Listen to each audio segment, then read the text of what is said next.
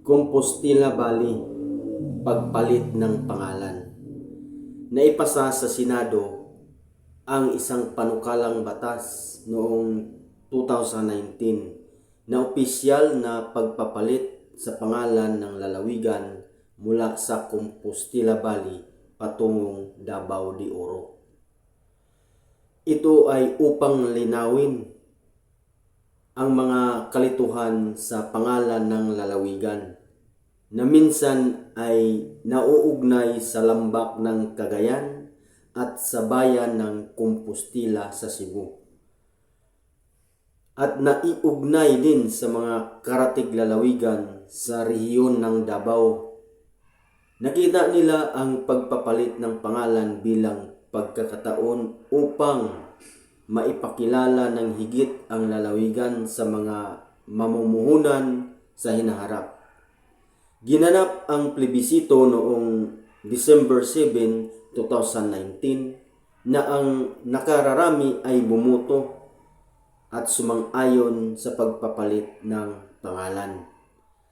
Ayon sa census noong 2024, ang Davao de Oro ay may populasyon na 783,775 na katao.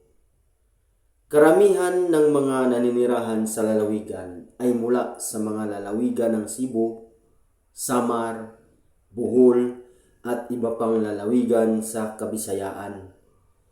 Kinabibilangan ng mga Kalagan, Mansaka, Pangkat Manubo, gaya ng mga Ata, Talaingod, Langilan at Matigsalog, Manubo, na ang mga pangkat katutubong bumubuo sa minorya.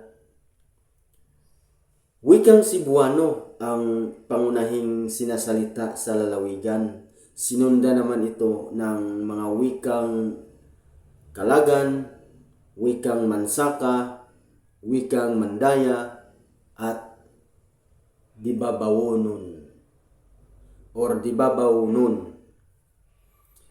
Pangunahing relihiyon sa lalawigan ng Compostela or Davao de Oro ay Katolisismo.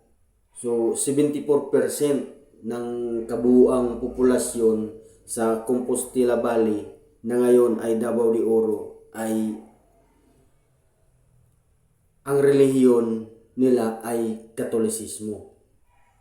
So, ang iba pang mga mahalagang paniniwala ay kinabibilangan ng Protestante, Iglesia ni Cristo, Islam at Animismo.